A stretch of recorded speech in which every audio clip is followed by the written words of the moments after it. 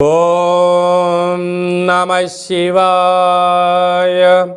ఓం నమో నారాయణాయ.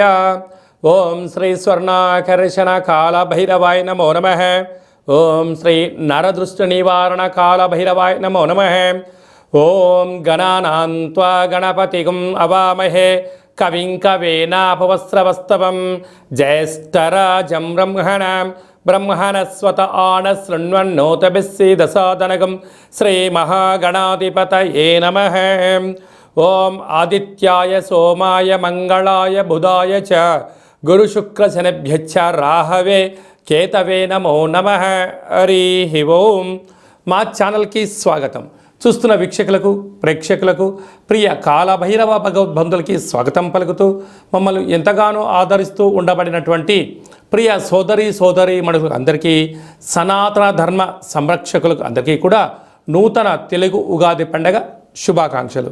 శ్రీ క్రోధినామ సంవత్సరంలో అందరికీ నిండు నూరేళ్ల ఆయురారోగ్యాలను ప్రసాదించాలని, వారాలు 7, తిథులు 15, నక్షత్రాలు 27, రాసులు 12, లగ్నాలు 12, మహర్దశలు 9, అలాగనే షడ్రుచుల సమ్మేళనమే 6 ఋతువులతో కూడుకున్నటువంటి తీపి, కారం, పులుపు, చేదు, వగరు అనేటువంటిది ఎలా ఉంటుందో మనిషి జీవితంలో కష్టాలు సుఖాలు ఎప్పుడు ఉంటాయి.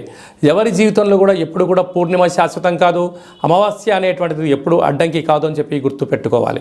కనుక ఈ 360 రోజులు ఈ క్రోధినామ సంవత్సరంలో 30 సంవత్సరాల తర్వాత శని భగవానుడు తన సొంత గృహంలో ఉండగా వచ్చినటువంటి క్రోధినామ సంవత్సరం కావడం వలన అందరికీ నిండు నూరేళ్ల ఆయురారోగ్యాలని, విద్య, ఉద్యోగ, వ్యాపార, రాజకీయ, సేవారంగ కార్యక్రమాల్లో అన్నింటా విజయం సాధించాలని కోరుకుంటూ ఈ సంవత్సరంలో అందరికీ తెలుగు ఉగాది పండుగ శుభాకాంక్షలు.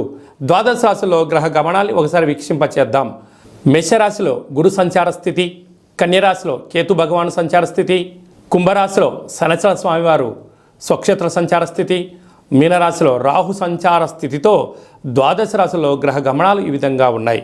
అలాగనే మనకు 26/4/2024 సంవత్సరంలో అనగా ఈ తెలుగు ఉగాది పండగ తదనంతరమే గురువు మేషరాశిలో నుంచి వృషభ రాశిలోకి నర్మదా నది పుష్కర సందర్భంగా గృహ మార్పు ఉందని చెప్పి గమనించాలి.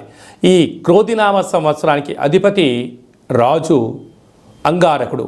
ఎందుకనగా ఈ సంవత్సరము మనకు తెలుగు ఉగాది పండగ మంగళవారం రోజు అవ్వడం వలన, మంగళవారానికి అధిపతి కుజ భగవానుడు అవ్వడం వలన, ఈ సంవత్సరానికి రాజు కుజుడు అవ్వడం వలన నిత్యము అనేక మంది క్రోధము, ఆవేశము అనేటువంటి పరిస్థితుల్లో ఉండడము, ఎర్రటి నేలలు, ఎర్రటి పంటలు బాగా పండడము, అద్భుతమైనటువంటి కందులు, మిరప, ఎర్రటి నేలలు, సంపూర్ణమైనటువంటి ఆహార ధాన్యాల ఉత్పత్తులు చాలా అద్భుతంగా ఉంటాయని చెప్పి కూడా గమనించగలగాలి. కాకపోతే ప్రజలందరూ కూడా ధర్మ మార్గంగా ఆధ్యాత్మికంగా ఉండడము, తల్లిదండ్రులను, గురువులను, ధర్మాన్ని ఎవరైతే ఆచరిస్తారో వారికి రుణభయం, రోగభయం, శత్రుప్రయం, ప్రమాదాలు తొలగిపోతాయని చెప్పి కూడా గమనించగలగాలి. అలాగనే ఈ సంవత్సరము మంత్రివర్యులు శని భగవానుడు అవ్వడం వలన ఆ శని భగవానుడు ప్రస్తుత కాలమాన ప్రకారంగా కుంభరాశిలో సంచారము చేయడం వలన ధర్మ మార్గంగా ఎవరైతే ఉంటారో వారికి చాలా మంచి కాలము అని చెప్పి గమనించగలగాలి. తెల్లటి నువ్వులు, విశేషమైన నీలం రంగు పదార్థాలు, పుష్పాలు, పండ్లు, పదార్థాలు, అద్భుతమైనటువంటి ధర్మ పరిపాలనగా, ధర్మంగా, న్యాయంగా, నీతిగా ఉండబడిన వారికి చాలా మంచి కాలం అని చెప్పి గుర్తుపెట్టుకోగలగాలి. ఎవరైతే అధర్మంగా ఉంటారో, అన్యాయంగా ఉంటారో, రాక్షస జీవన విధానంగా ఉంటారో, గతి తప్పిన జీవన విధానం ఎవరైతే అలవర్చుకుంటారో వారికి అనేక ఇబ్బందులు ఉంటాయని చెప్పి కూడా గమనించగలగాలి. ఈ సంవత్సరము పశుపాలకుడు కృష్ణ పరమాత్ముడు అవడం వలన గోవులు, పశువులు సమృద్ధిగా ఆయురారోగ్యాలుగా ఉండడం, మంచి పాడి, మంచి పంట, ఐశ్వర్యము, సుఖవంతమైన జీవనం ఉండడం జరుగుతుంది అని చెప్పి గమనించాలి.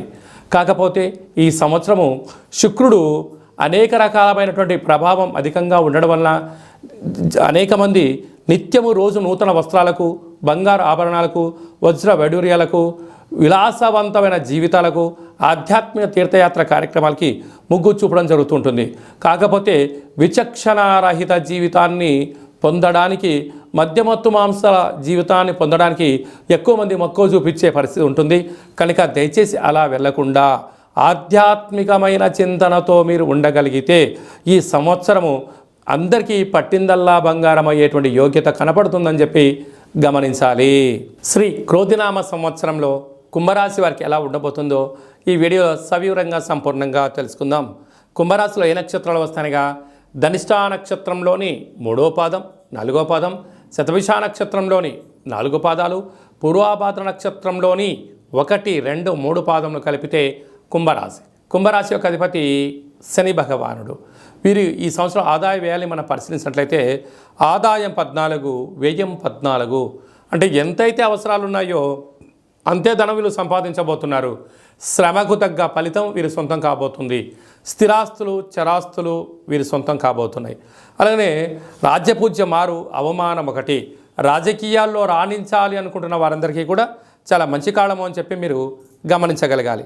అలాగే మనం కందాయ ఫలితాన్ని బాగా గమనించినట్లయితే ఒక శతభిష నక్షత్ర జాతకులకు మధ్యసున్న కారణం వలన మనోవేదన, ఆత్మ క్షోభ, ఎవరి చెప్పుకోలేనటువంటి బాధలు వీరికి ఎక్కువ అవుతాయని చెప్పి గమనించాలి.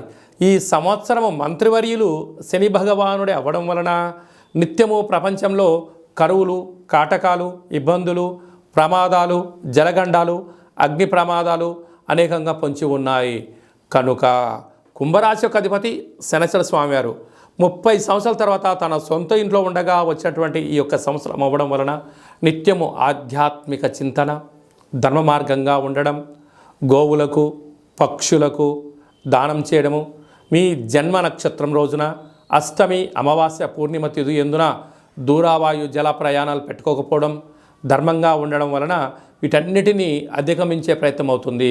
కనుక స్వర్ణాకర్షణ కాళభైరవ స్వామి యొక్క స్మరణ, స్వర్ణాకర్షణ కాళభైరవ స్వామి యొక్క కూష్మాండ దీపము, స్వర్ణాకర్షణ కాళభైరవ స్వామి ఆనంద దీపము, స్వర్ణాకర్షణ కాళభైరవ స్వామి యొక్క ముగ్గును ఇంటి ముందర పెట్టుకోవడం వలన మీరు ఐశ్వర్యం ఆకర్షించడం, దరిద్రం పారదోలడం, ఆనందం మీ సొంతం అవుతుందని చెప్పి గమనించాలి.